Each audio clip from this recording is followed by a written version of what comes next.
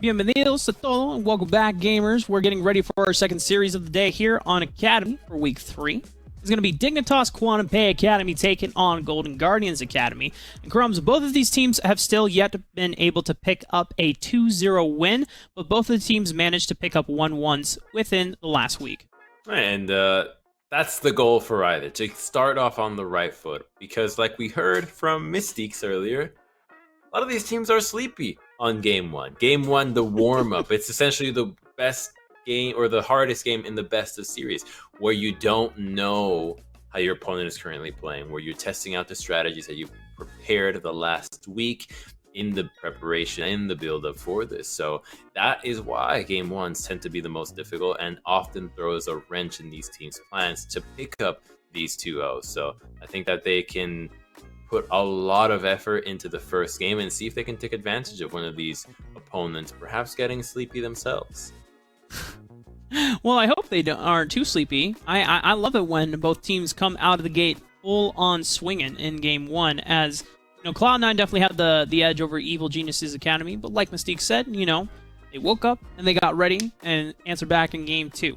Now, between Golden Guardians Academy and Dignitas QNTM Academy, both of these teams have had changes within the roster, some more recent than others. Obviously, we saw last week Soligo swapping with Yusui so that Yusui could get some LCS time with the main squad, whereas Soligo, you know, coming back to Academy, did play with Dignitas and the rest of the gang here. And for Golden Guardians, they haven't had roster swaps since the start of the season, but having Niles and Newbie from the LCS squad in the Academy has been, you know, more or less successful, as some games that look extremely dominant, and other games they're still struggling to find their footing here.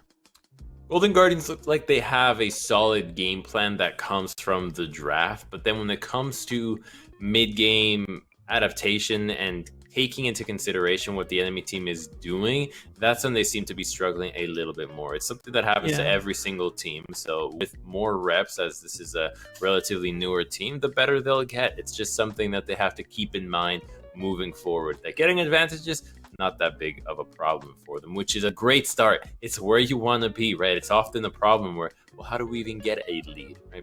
This is not a problem for Golden Guardians. It's how do you maintain it and how do you close out the game with it. And for both of these teams, when we look at some of the champion priorities that are going to be expected going into Game 1, we know that we just saw a lot of Karma and Lulu being contested by both Cloud9 and Evil Geniuses, but they're, of course, they have been on the side of already experimenting with those changes. You did mention that Dignitas did pull out the Kindred for Acadian back in the prior week as well. And Golden Guardians did play against Evil Geniuses, who were using that Kindred to success in their first game of the series against them. So I imagine after a nice weekend of scrims and practice, that we might be able to see them bust out some of those champion priorities in our Draft 1 as well. A lot of these champion priorities are spreading across the entire globe. Almost every team seems to have these same priorities because they're just so powerful right now. Those enchanters aren't just about buffing up Acadian if he plays Xin Zhao, or buffing up Iconic. It's a Rosestorm, rather. It's about buffing up the AD carry as well, right? There's a lot of flexibility going on with these kinds of picks, and so that's why they're rising in priority, because whether you like to support your jungle or your AD carry, which more than likely your team does one or the other really well, then the champion deserves a ban, or at least a first pick, or a consideration in your draft. And we're going to have to see how well that plays out in our Draft 1 phases already. Between the two teams, we're seeing Gwen still being taken off the table on the red side. That is still probably one of the more powerful blue 1 picks that you can lock in for yourself. But Lulu and Thresh being taken off the board alongside the solution of Golden Guardians Academy. Don't take away that Karma Crumbs. I imagine that is what they're going to be focusing. Oh, spoke too soon. It seems like a lot of last week was teams on blue side banning Lulu and Karma themselves, which I never agreed with, because you're not getting value out of potentially forcing red side to ban something. So now what they're doing is, we've seen already in 2 series, you just ban one and then you threaten the enemy to get rid of the other, or else you'll first pick. If you because Lee Sin has answers, Yeah. although a large amount of those answers depend on how good your players are at him and against him, because it's all about mechanical skill on this champion. Now, Golden Guardians Academy already seem to be opening up with their 2 solo laners of choice, although technically we have seen Viego played in the jungle, but it wasn't that strong because you don't really have that much agency in the early game. Now, if you're playing against a Rumble, maybe you might get a free pass to level 6, as, oh man, we got a lot of spicy picks out on the Rift here, Crumbs. Yeah, DIGA already selecting their top side. Lot of dive. Lots of dive. This is so difficult for an AD carry to survive, right? You've got some of the most mobile solo laners you could possibly have, comboed with a Rumble that can just lay an equalizer on top of them. So Golden Guardians needs to keep in mind that they need either peel or champions that are very difficult to kill, and that's what's going to dictate their draft. Otherwise, Dig will just continue to pick on members like Jace, who are just going to get jumped on by Lorlo and Soligo and won't really stand the chance. Nautilus would be a great support pick for Dignitas QNTM right now, as you can just zero in on a single member even more, make your dive threat that much more powerful. But then there's always the likes of the Leona. I think they're going to get the pick of the litter here, and it's just going to have to be Golden Guardians out executing it and making sure that you don't feed in the laning phase to Akali or Lee. This Gragas, more than likely, has been... Yeah. I mean, it's a lot of flex picks, Crumbs. And you talked about the power of the flex picks before at the top of the series, as it's not going to be a Gragas support. Nautilus being locked in for sure. I know Nautilus did receive some buffs in the jungle, but it's not that strong. So I don't imagine we're seeing Nautilus anywhere else. Now, Dignitas QNTM, they still have their bottom lane to pick up here. So now they'll probably just lock in Leona and something to follow it up. It's a fine matchup into the Nautilus, and you just want to have something to dive, something to set up the rest of your damage dealers. Now, there's not a lot of range on these picks, and so you can go with just a marksman. Even a Kai'Sa would be good to follow these ones up. They can get creative and go with something else, but I just think that it fits the identity even more. And this actually works really well, because now you have a Varus that can set you up with even more crowd control, good damage, and oh boy! Oh, we're getting some mage in the bottom lane action here, Crumbs. Ziggs being locked in for Prismal. I know he's already experimented with mages in the bot lane before, I think during the spring, but also running things like AP Twitch, but this is a full-on AP amount of damage, and Rosethorn slotting in that Gragas in the jungle. Oh, Crumbs, tell me about the Ziggs, man. I love it. I'm in ecstasy right now seeing the Ziggs, because we were just talking about how Dignitas QNTM Academy wants to dive, how they want to go after the marksman, the AD carries, how they just want to zone a single member off. But Ziggs is one of the longest range bot laners you could pick. He's going to be very mobile with his satchel charge, and even if you successfully go after him, he'll be able to use his entire combo and still contribute to the team fight because he has so much burst. So him being a long-range mage combined with Jace, a long-range physical damage dealer, can actually keep their distance and make sure that Dig never engages. And one of the things is, too, Crumbs, is that Ziggs just got a buff recently for this patch as well. I don't remember specifically, apart from, I think the travel distance speed got changed up, so the closer you are, the faster it goes. Kind of like the reverse nerf that they had for Gragas ulti a few patches ago.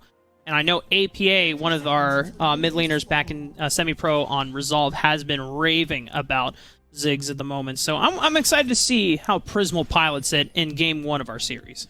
Yeah, there is a lot of nuances to Ziggs, and one of them in particular is around the Rift Herald. So I want to see Golden Guardians actually put a priority on the early lane for Niles and Yunbi. You do have some strong sides here, and getting that Rift Herald is actually critical to then use with Ziggs, whether you go to his lane or he goes somewhere else, because his execute on turrets with the satchel charge can make it so that you get 2 quick turrets out of nowhere. So it can be really powerful to accelerate the game faster than any other bot laner in the game if this is a combination that Golden Guardians gets their hands on.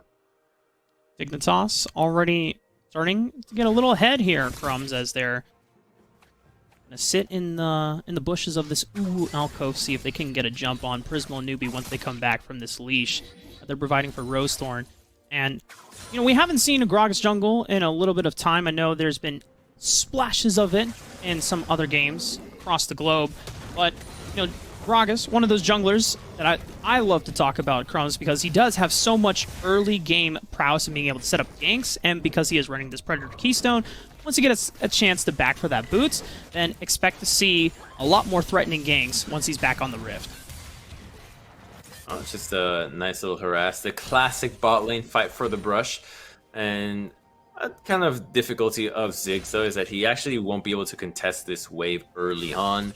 He doesn't want to be using spells for harass, because then he won't be able to use them to clear the wave. So it puts him in a tricky position. This Varus is one of the best at actually killing creeps, getting attack speed, and then harassing you, since the spells can go both ways much easier than on the likes of a Ziggs. But he just wants to farm, get that lost chapter, and before you know it, he's just never running out of mana, just shoving waves relentlessly out of your screen.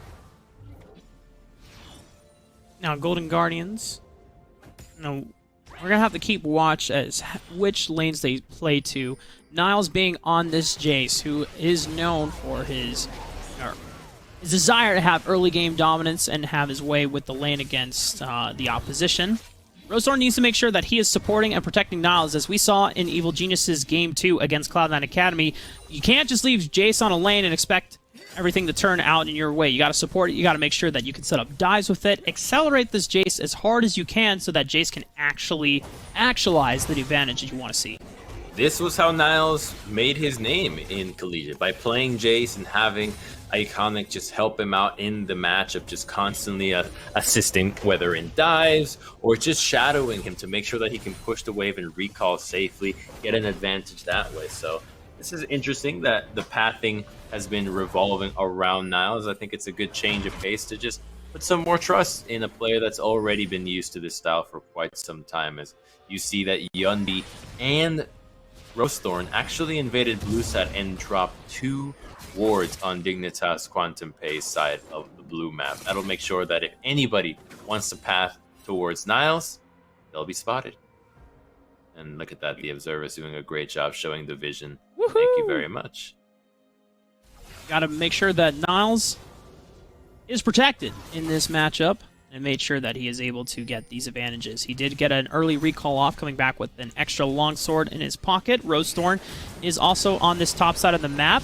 Lorlo just went in with the Sonic Wave, so there's an opportunity to get at least a flash. Beautiful knockback, but Lorlo answering with a quick flash right on top of Rosethorn's. Lorlo saw Rosethorn from the position he was in. He was coming in from the river, so the second he flashed, body slammed, he knew that he needed to react. It's a good look from Lorlo, knowing that Rosethorn was looking for that play, and that's the kind of thing that would have worked had Rosethorn come in from the brush, but they still get Lorlo's flash, and Niles still has his own, so they can go for a flash hammer knockback if they want to go for that play again. So it's not like Lee is going to be unavailable to be ganked again. It just happens that he's one of the toughest champions to gank, and when they go again, he will be level 6, so he will be able to use that to disengage.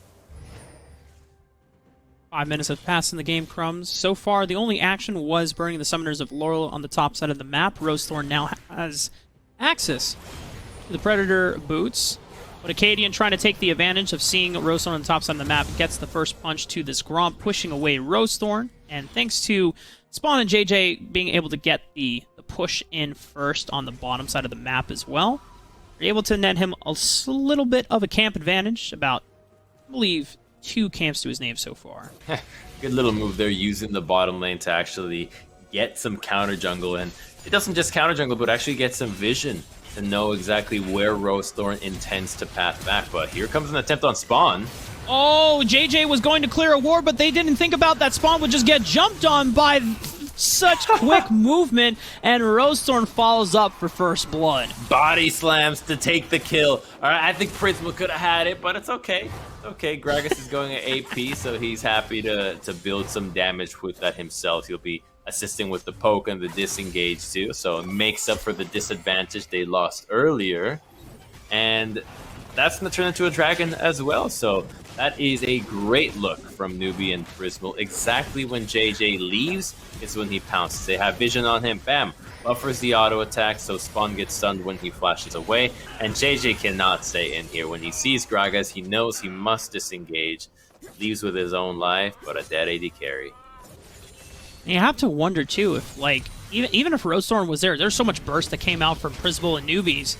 Is just almost a disrespect of the damage and the all-in potential that Prismal and Newbie had from both Spawn and JJ just not being on the same page when JJ went to go clear out some vision.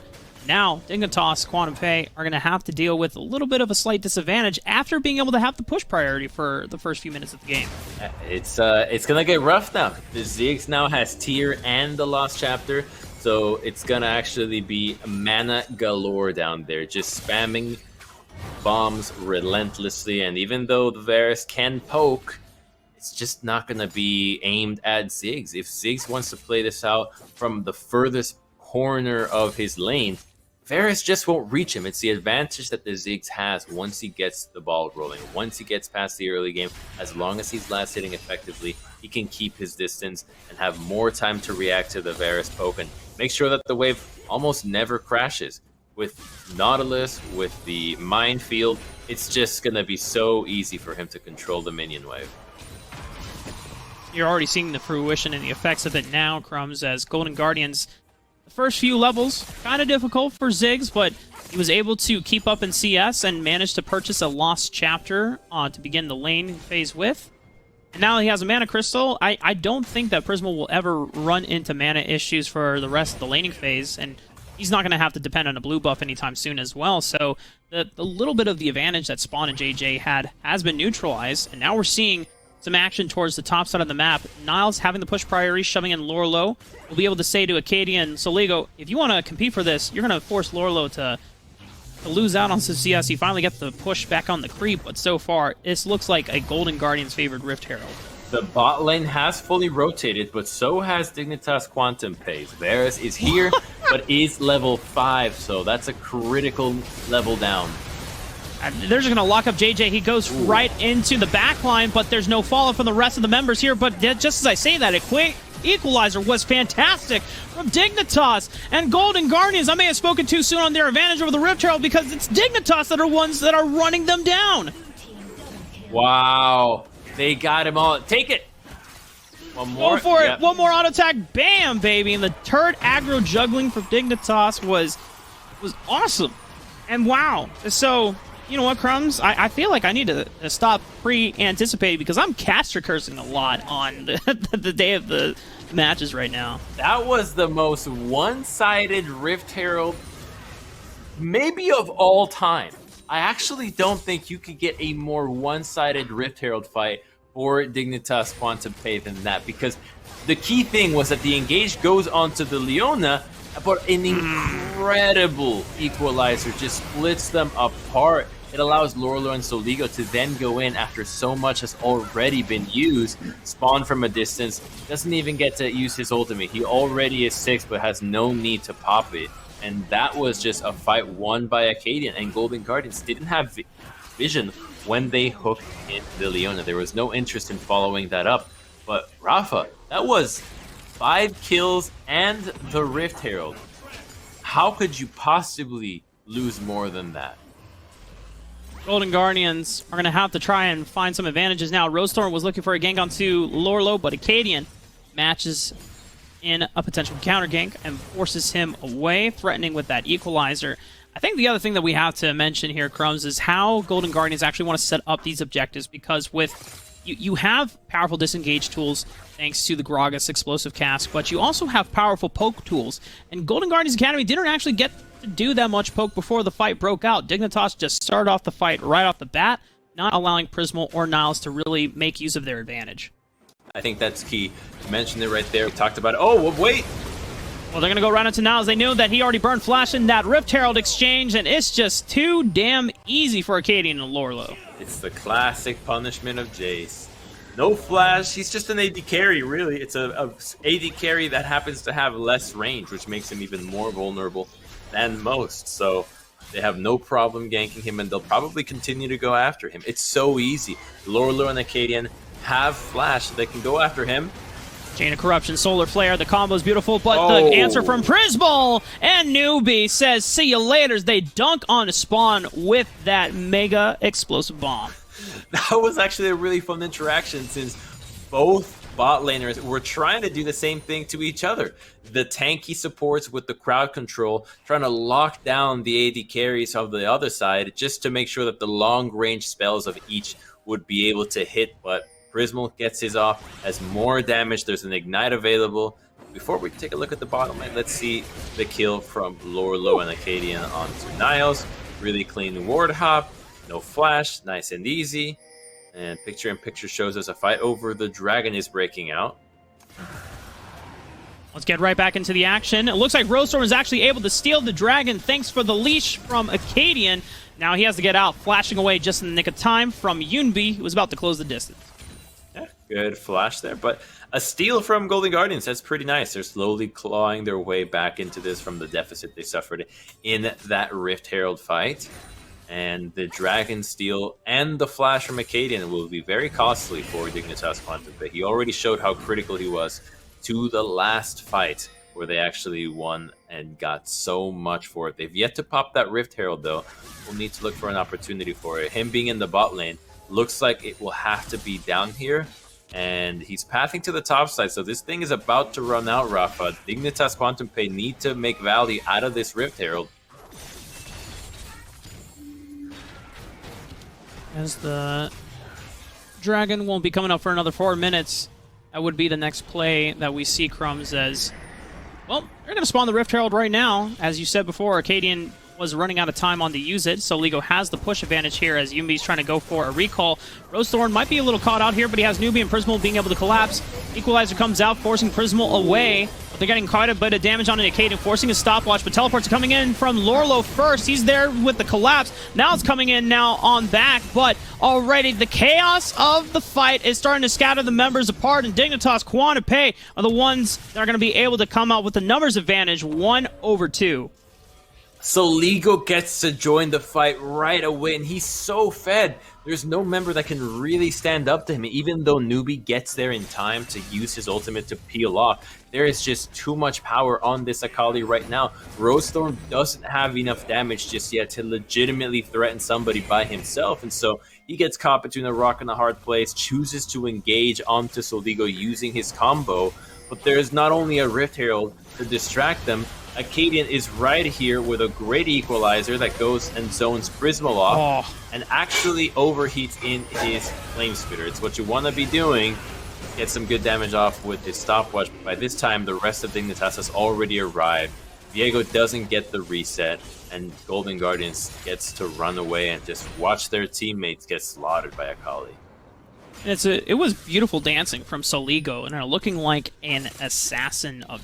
or how should I say, a dancer of death, for being able to dodge out on the Super Mega Inferno Bomb from Prismal with that perfect execution, and just to have the mobility that both he and Lorlo possess with their champions means that a lot of the skill shots that Golden Guardians Academy need to land in order to maximize their damage output in these fights is going to be crucial, because you dodge out on those, and then Golden Guardians Academy don't have much left. All right, now here's where the game gets really interesting, because Ziggs can solo defend mid lane, so Golden Guardians has a lot of options on the map. They're potentially threatening Lorlo, but he already has a Gore Drinker. He's very high level, so this is not something that is ideal for them. He's 4 levels up on Newbie. Instead, they turn their eyes towards JJ, but they have to keep in mind that Golden Guardians just does not have any vision deep into Dignitas QNTM's jungle. And so they have to back off. Lorlo has kick flash. Niles already burning the flash, but Loro's able to close the distance with the slow, and then gets the kick flash right into the heart of Acadian's open arms as he burns him down to a crisp with that equalizer. It's just too easy to catch Niles. He has flash, but it doesn't matter. He offers no threat of a real disengage. Lorlo with his own flash and Acadian from a mile away can rain down with an equalizer. And they can just continue to do this. And now the Rumble is going to be so powerful, while Jace, who's so reliant on being strong early, will not amount to much. So the team fighting from Dignitas QNTM Academy will be just phenomenal, while Golden Guardians' poke is now cut in half, since it's only going to be Prismal who will be able to actually do damage early on. Niles was able to finish his Eclipse, but if they keep ganking him over and over, Crumbs, I definitely agree that the amount of poking power that Golden Guardians are trying to rely on in setting up advantages for the objective priority is going to be diminished as the next dragon of the game, Mountain, coming up in about 20 seconds. This means that we have a Mountain Soul game to play for. You already have strong wave clear from Prismal trying to brute force your way for control. Rosethorn is going to be able to walk his way into the river, but there is a ward that spots him out, so Dignitas. There's no teleports from top laners, but for the mid laners, Yumbi and Soligo have access to them, as Soligo's actually already made his way, potentially looking for a flank. We have to be careful, and that's some beautiful poke from Dignitas. They have to disengage. Spawn just single-handedly won this fight. He already hit 3 arrows onto Prismal, so they gotta just run away. At the very least, though, Yunbi did not teleport early. He stayed into the top side, pushing that tier 1. So Dignitas QNTM has earned themselves a dragon out of Spawn's great marksmanship. Looking like Legolas right there in the river. Just piercing arrow through 3 people there, man.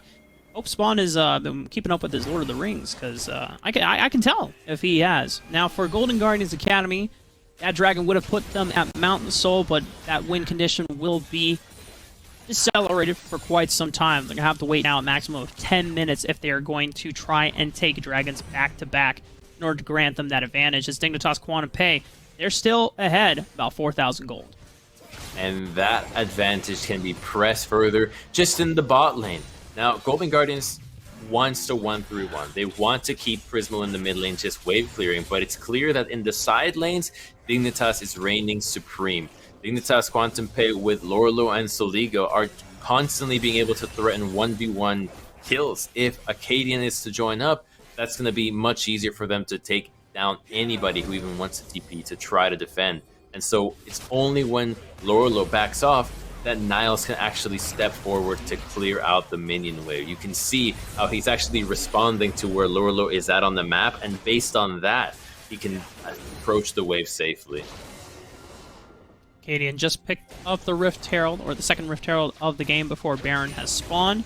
Going to give them an opportunity to look for more turret damage, as none of the turrets have actually fallen for any of these two teams here. Niles trying to put that pressure down, and the reason why Lorlo's backed up is because he already knows that some people are in his vicinity, and Lorlo trying to get in the face of Niles and compete for his last few minions. This turret is ready to fall, though, just with a couple more pokes. Pretty good from Dignitas QNTM to actually defend that turret. Oh, Lorlo took it! I mean, he has JJ, but is it enough? I guess they just want to put the fear of God into Golden Guardians Academy, as they're on the retreat, too. They're like, what the heck? Why would he take that unless more people were coming to play? Soligo didn't have teleport, but man, that looks scary. He's asserting his dominance over Niles, letting him know that you can bring your buddy down into this lane, and it doesn't matter. He'll still take him on. He'll still 1v2 them, and there's actually a good chance he actually could be able to pull that off with a Gore Drinker and not a very fed Jace. So Lorlo just continuing to harass in this lane, as the rest of Dignitas QNTM now decides to shadow Soligo, who can also threaten kills, who is in fact even more fed than Lorlo and has a stopwatch to playmate. Rosethorn getting collapsed here. Solar Flare. He barely dodges out on it, but he has a flash. Can he get over the wall in time? Ignite comes down. Going to be able to make it out safely here, but Dignitas already trying to accelerate their advantage even further. Beautiful wards tracking Rosethorn in his jungle, and with Soligo and the pressure against Yumbi, is going to be able to pick up the first brick of the game. I like that move out of JJ a lot, because going after Rosethorn when he goes for the Raptor camp means that he can't body slam out. He has to clear those camps first. The Rumble Flame Spitter does help in that regard, but you still get a flash that is a key cooldown from the Gragas. Without that ability, he's going to be much less scary in a fight, not going to be able to displace anybody, make any flash body slam plays, which are often key to the success of this champion. So just getting that summoner down before this dragon fight can be a difference maker, as it only costs ultimates that will already be up from Dignitas QNTM by the time the dragon spawns. That dragon is spawning in about 1 minute and 5 seconds here, Crumbs. Now, looking across the board, taking stock on some item purchases. A lot of the members of Dignitas have completed their second items here, whereas for Golden Guardians Academy, they're still struggling to finish that second one. They have their mythics completed, but already a huge advantage just in raw stats alone. I would imagine that Golden Guardians Academy, they're going to have to be very, very precise on the poke that they get down onto the members of Dignitas if they even want to compete for this dragon. Anybody they poke out will be good, but they just have to make sure that it hits and that spawn doesn't maul them. Oh, JJ goes in. JJ with the prediction solar flare. That was Fog of War as well. And they isolate Prismal and Rosethorn, just immediately eliminate them off the map. And they're just going, Crumbs. One comes out, another goes in. You do the hokey pokey and you turn yourself around, because that's what it's all about for Dignitas QNTM. That was just a beautiful engage out of Dignitas QNTM. They saw an opportunity and instantly pounced on it. It caught Golden Guardians off guard. There was no chance to poke. There was only an opportunity to retreat, and Dignitas even closed that window for them. JJ with a great solar flare that Soligo followed up right away, and they get Baron, Dragon, mid-tier turret, and they don't even lose a single member for it. The fights that Dignitas QNTM have won this game have been in such ginormous proportions. Maybe Yunbi can steal this dragon though, although Lorlo. Okay, Zig steals the deal. Prismal and Yunbi working hand in hand to make sure that they can at least put themselves at Soul Point for Mountain. Golden Guardians, that is going to be the only win condition that they can rely on, as being able to have that HP shield would help them, but this fight was absolutely beautiful from JJ. So Lorlo flanks at the same time, a two-man kick, immediately deleting Prismal. Gragas goes down, and then the follow-up, and watch JJ on the side. I love this move out of him, positions himself, and instantly surprises Niles. So he just goes in, gets hit right away. There was no opportunity for Yunbi to want to teleport into that one. The fight was Dignitas QNTM all the way. Massive advantage for Dignitas right now. It is about 8,000 gold overall for team advantage, as Soligo sees the Bruce Skyscorb and thinks, this doesn't look good, but Yunbi might be in a bad spot. But thankfully, he already used Flash to make his getaway route, as Dignitas already just using the pressure that they have to further and further choke out the members of Golden Guardians away from their jungle. And now it's going to get really dangerous, because Dignitas QNTM won't hesitate to dive. We've already seen what they can do with it, and we actually have seen from Reckless in the LEC a pretty sneaky Varus move with the Prowler's Claw that can actually dash forward and ult someone. Flashing out. Oh my goodness. Yeah, he has to use his summoner spells to get away, but Golden Guardians are gonna deck themselves right on the spot, making sure he doesn't get out. But Dignitas, they might just have enough numbers to be able to deal with the rest of the opposition, and Golden Guardians double kill already for Soligo. He is just destroying them right now, Crumbs, keeping them and pushing them further and further away. They lose JJ out in the middle of the fight as well, but Lorlo wanting to press forward for the advantage. They're going to still be able to keep Golden Guardians at bay and take down the second tier turret. That was about as good as a fight that Golden Guardians is gonna get. They got Spawn, but they still lose many members. Spawn not here means that there's not enough poke to scare Prismal off, so he'll stick around, he'll try to wave clear, and Rosethorn and Prismal will actually deter the tower from going down. So they lose a few members, but get some gold back, slowly preventing Dignitas QNTM from just crushing them flat out in a team fight. And that was through them being assertive. They've learned quickly. they cannot allow Dignitas QNTM to be the ones to make the first move. They have to engage. They saw the opportunity, pounced onto Spawn, and they'll have to continue to do that because he no longer has Flash. Look at the solo laners for Dignitas as we get a quick replay of Spawn being a little too by himself in this in this exchange. And then he pathed this down because there's really no good place to go. There's a Gragas and a Nautilus on the other side. He's already in the position where he's going to be surrounded. But with such an overextension for the Varus, Soligo can go really deep and just barely missing out on the kill onto Rosethorn, and then the equalizer just not close enough to the wall to actually burn Prismal and get another kill. So it was very close. A bit of closer spells there from Dignitas QNTM, and they might have been able to get an inhibitor and perhaps even the Nexus turret out of that win. And Crumbs, we got a fully Medjai's stacked alert for Soligo. Plus a death cap. Yeah. Oh my god. This dude is dealing so much damage. 6-0 and 6 on the Akali as well. Already, if we're looking into the next draft phase, I imagine that Akali is not going to be allowed to be played again by this dude. He's been playing it quite a few times too, and so it's something that I think he's just showing off because when Yasui stepped up into the LCS, part of the reason we thought was, well, Yasui can play all these assassins and mages and things that are melee that are currently relevant in the meta. And Soligo's just shown that, well, maybe it's true for the other champions, but at the very least for the Akali, you can definitely play it. I think Draco's made a cheeky comment back over in LEC last week where, all right, we see an Akali game pop off one game, all right, you know, Akali's good. Akali pops another game, yeah, Akali's good. Akali pops off for a third game in a row, okay.